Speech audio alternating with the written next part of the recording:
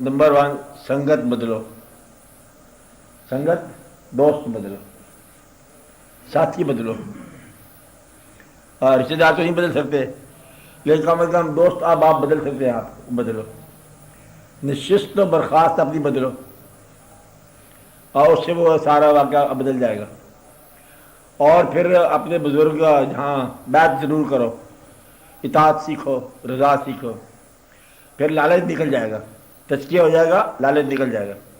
لالچ نکل گیا تو پھر وسوسہ ختم ہو گیا. وسوسہ ہوتا ہے عام طور پر لالچ کے ذریعے. آپ بات سمجھ رہے ہیں؟ انسان نہ کچھ کھوتا ہے نہ کچھ پاتا ہے، وہ صرف آتا ہے اور جاتا ہے. وسوسہ کس بات کا؟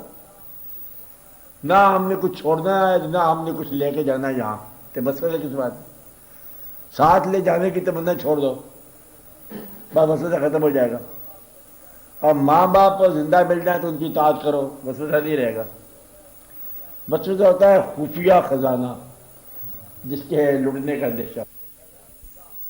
کہا تھا اندھا، بالکل ہی اندھا. اور اسے خیال رہا تھا کہ جیسے وہ دور کی چیزیں دیکھ رہا ہے. عام طور پر دور بینی کی جو ہے اعلان اندھا پان کی نشان ہے کہ ہم دیکھ رہے ہیں. بے شمار لوگ کرامتوں کا اعلان کرتے رہتے ہیں، وہ دیکھ رہے ہیں، ہونے والے وہ سامنے لکھا ہوا ہے. دوسرا آدمی تھا بہرا کانوں سے، اور وہ یہ کہہ رہا کہ مجھے آواز آ رہی ہے، آوازیں بڑی آ رہی ہیں. تو کیا خیال ہے؟ یہ اسلام آباد سے آوازیں آ رہی ہیں، پنجاب پر جلغار، پنجاب کی آوازیں آ رہی، بغاوت، بینک کا پنجاب بن گیا، مبارک. اچھا، یہ سارے واقعات یہ بہرے آدمی کی بات تھی کہ سنتا تھا دور سے. اور ایک آدمی تھا ان میں لباس سے معروم، کوئی لباس نہیں تھا، چیچڑے پہنے ہوئے تھے، پٹے پرانے. اس کا خیال تھا، وسوسے والا آدمی تھا.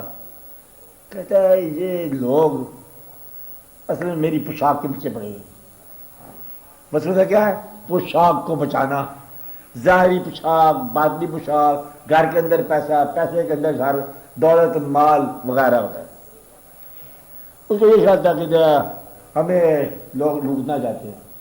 ہر دنیا دار یہ سمجھتا ہے کہ لوگ اسے غریب کرنا چاہتے ہیں، اور حالانکہ ہر دنیا دار غریب ہی ہے. جو آنے والا ہے اس کے بعد کیا دولت ہے؟ ٹھہرنے والی بات تھی، بہت سے بچنے والی بات تھی، وہ تو بچ نہیں سکتی. اب دولت کیا کام آئے گی؟ دولت آئے گی، سانس نہیں آئے گی، سانس اندر سے ختم ہو گیا.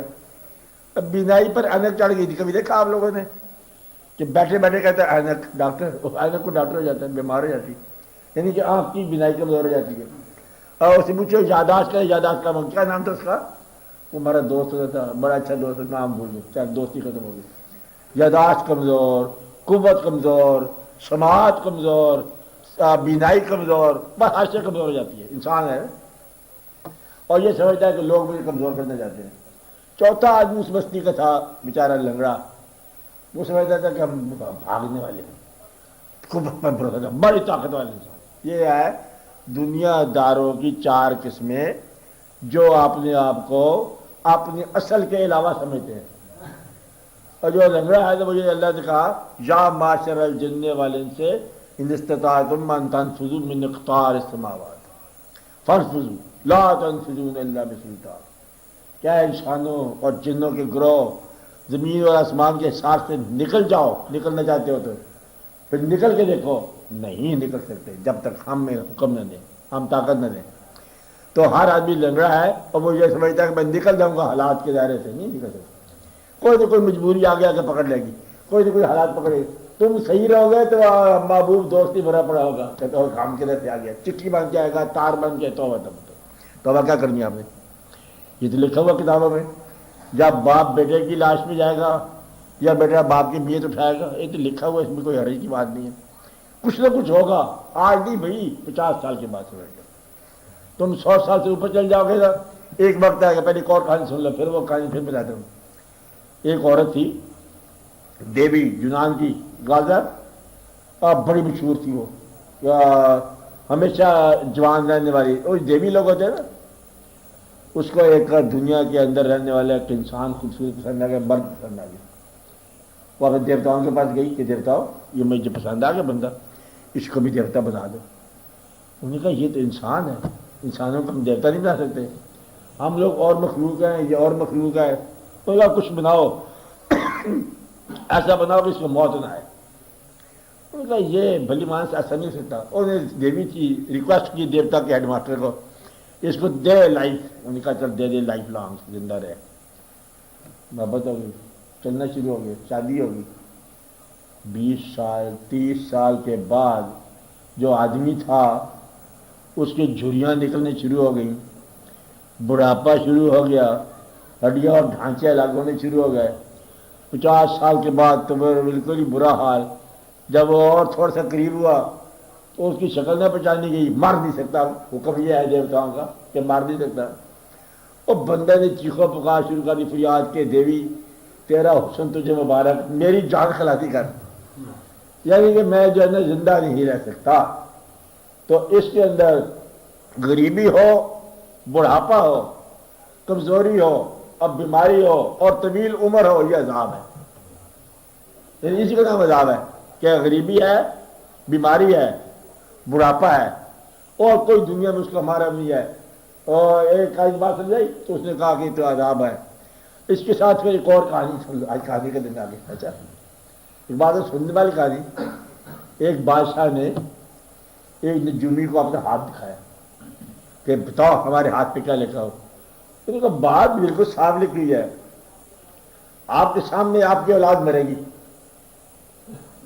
بادشاہ نے کہا یہ کیسا نجومی ہے. اس کو جیل میں ڈال دو.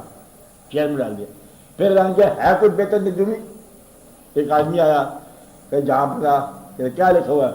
ایک سوال بلند ہو, آپ کا سلامتی ہو, مبارکیں ہوں, آپ اپنی اولاد سے زیادہ عمر پاؤ گے. بادشاہ بہت خوش. کہتا حکم بتا, کوئی تیری خواہش پوری کی جائے. کہتا میرے استاد کو بلا دو, رہا کر دو. کہتا وہ کیسے؟ کہ جو میرے استاد ہے. کہا اس نے بھی وہ یہ جو میں نے کہا ہے. اس نے صاف کہہ دیا. اس نے کہہ دیا کہ آپ کی اولاد پہلے مرے گی, میں نے یہ کہا کہ تم اولاد سے زیادہ عمر پاؤ گے. بات ایک ہی ہے. تو کہنے کا طریقہ ہوتا ہے. باہر ایک دن وہ چاروں آدمی, وہ جو کہانی والے تھے, ایک بستی والے, چاروں آدمی ایک دن بیٹھے غور کر رہے تھے. اندھے نے کہا کہ دیکھو بات جو ہے, میں دیکھ رہا ہوں کہ دشمن ہماری بستی پر حملہ کرنے والا ہے. اندھے شاہ کیا اس کو, اندھے کو کیا ہوا؟ اندھے شاہ دشمن ہماری بستی پر حملہ کرنے والا ہے. بہرے نے کہا بات یہ ہے کہ میں بھی ان کے گھوڑے کی آواز سن رہا ہوں, آ رہے ہیں واقعی.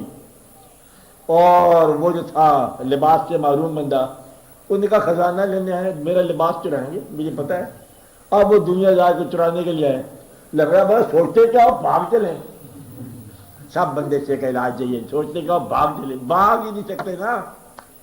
کہانی تو یہی ہے کہ بھاگ نہیں سکتے, اور جو بھاگنے کی دعوت دے رہا ہے وہ لگ رہا ہے.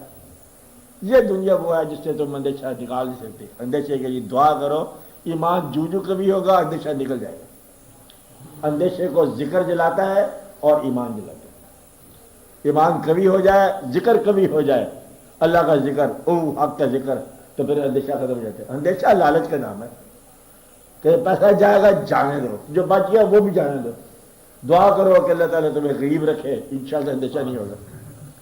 اب امیر ہونے کی دعائیں تو ختم ہوگی نا, مانگ مانگ کے نہیں ہوئے آپ لوگ. اب دعا کرو کہ یا اللہ ہمیں غریب ہی کر دے. آمین بولو تو مسئلہ حل ہو جائے گا. کیونکہ امیر صبح سے شام تک 50 سال ہو گئے دعا مانگتے, یا اللہ امیر کر, امیر کر, بدلا نہیں کام. آپ کا مانگو یا اللہ غریب ہی کر دے. بس غریبم یا رسول اللہ غریبم, ندارم در جہاں جز تو حبیبم, آپ مرض دارم سے اسیاں لا دوائم, مگر الطاف تو باشد طبیبم, بری نازم سے ہستم امتی تو گناہ گارم بلیکن خوش نصیبم. جب ادھر غریب ہو جاؤ تو بہتر ہی ہے.